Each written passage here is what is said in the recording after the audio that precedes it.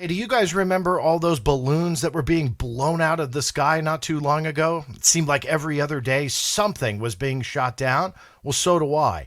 Don't you want to see the footage that exists from that? We know it exists. Well, so do I. But guess what? None of us will, at least for now, because it's all classified. At least that's what they just told me. And the military doesn't want to let us see anything. Hey, everybody, this is John Greenwald Jr. from theblackvault.com. This story is pretty fun and intriguing to me, just simply because I didn't expect it. I was trying to get declassified or released for public consumption videos of the shootdowns of those different incidents that we know took place, that the military admits took place. They say they shot down these balloons, is how they're primarily described. I tried to get all of the footage or photos or whatever they would give me, but they turned it all down. They said that it was classified. They don't want to say or reveal anything. Now, just a refresher for you guys, the incidents that I'm referring to occurred on February 4th of this year in 2023 off the coast of South Carolina. That's the shoot down of the Chinese spy balloon that we heard the most about. But then more objects were shot down. February 10th over Alaska, February 11th over Yukon, and February 12th over Lake Huron. These were all heavily covered in the media, but obviously visual imagery to go along with it was pretty much non-existent. The question mark was why. If we're talking about just, oopsie, we shot down a balloon, it wasn't a Chinese spy craft this time, well then why can't we see it? Now, some may quickly argue that the heads-up display, the imagery, the metadata, whatever, causes videos like this to be classified. Ergo, they just won't release anything. So the object itself is not secret or sensitive, but rather that information. Well, I'm here to argue all that information can be stripped, blurred, or redacted while the object still remains in clear view. That is provable time and time again throughout decades of especially wartime footage being released by the Department of Defense with those redactions and with those blurs that allows that sensitive imagery to be sent out. Now, here's the actual denial letter. It goes through what I had requested, which again was all visual imagery of the shoot down of those balloons or unidentified aerial objects, which they referred to them as well. Kind of a safety net in case they didn't describe them as balloons internally. And I say I want the shoot down of the balloons, a little bit of a safety net so they know exactly what I'm referring to. I gave all the dates and locales that I already went over.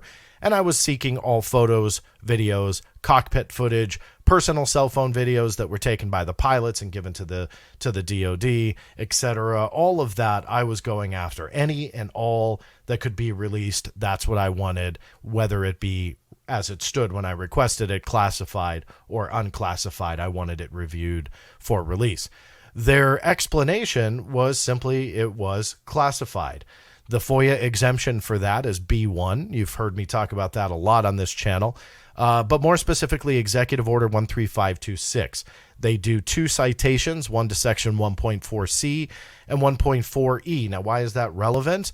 Well, in a tweet that I put out to everybody, so you guys can see it, 1.4C, intelligence activities, including covert action, intelligence sources and methods, or cryptology.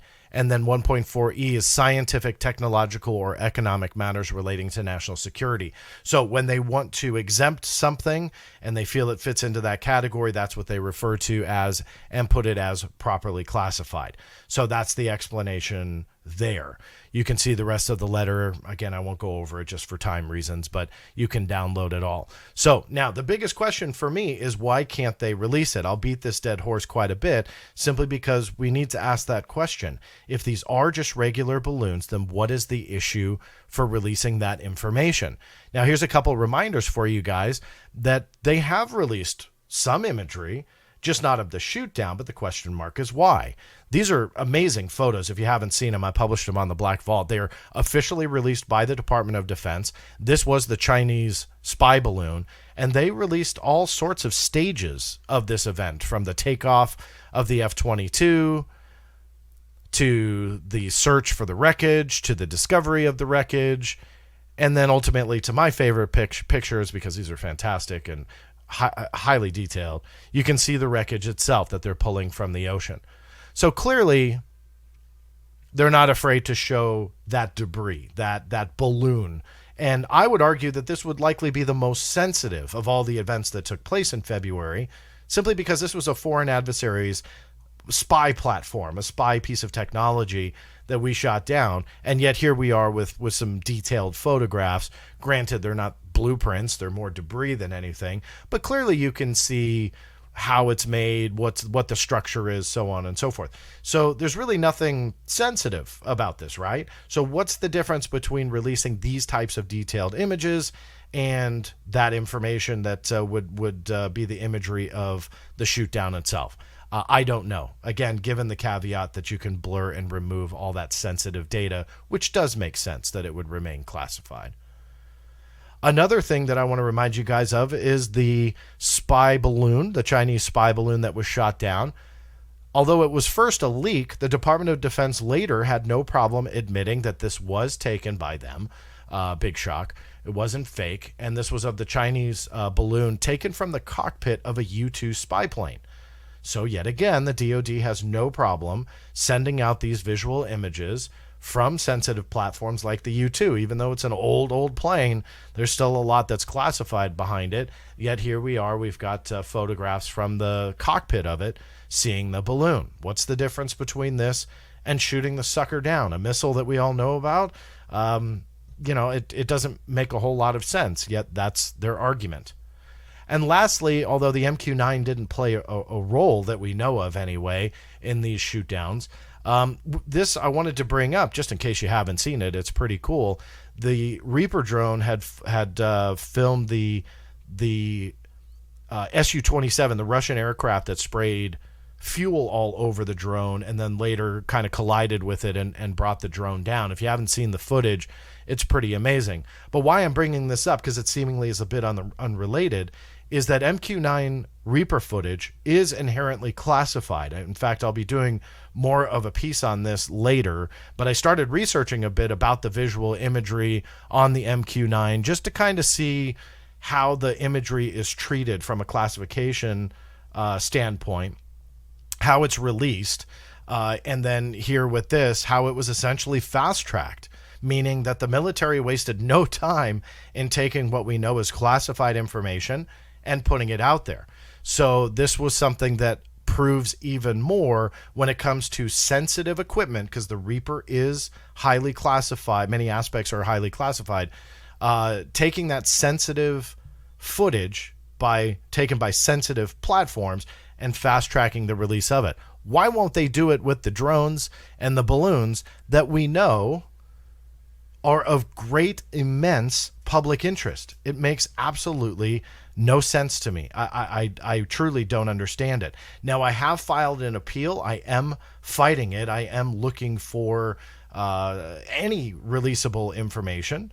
And should they release that, you know that I will bring it to you. But I wanted to at least do a short video on this and explain my intrigue behind their full denial of all of that material.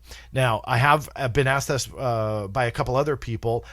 If you really look at the nitty-gritty details of the request and the denial, yes, I was going after the imagery of the shoot down. Now, some have asked me, well, what about the imagery leading up to the shoot down?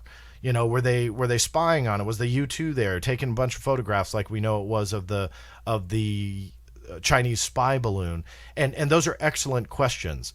The reason why I differentiated the request, because I do have a second case for that, which is still open, is that I felt that the shoot down footage was specific enough to hopefully get a expedited request. But on top of that, get the information released. I didn't think that it would actually be classified. Again, with the exception of that maybe sensitive heads-up display graphics or metadata.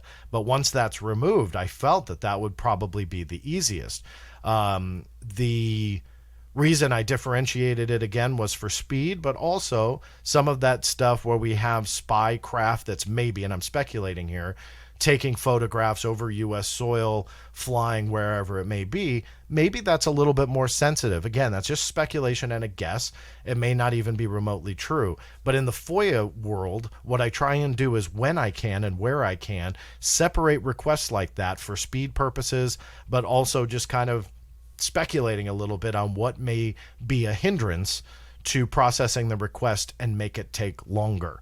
Doesn't mean I'm right or wrong, but I wanted to give you a little bit of the method to the madness there. So that second case that's looking for photos or videos of the objects prior to the shoot down, that was filed after this one that I just went over and is still being processed. Where that ends up, who knows? But I'll bring it to you when it finally comes to an end. That said, if you're watching on YouTube,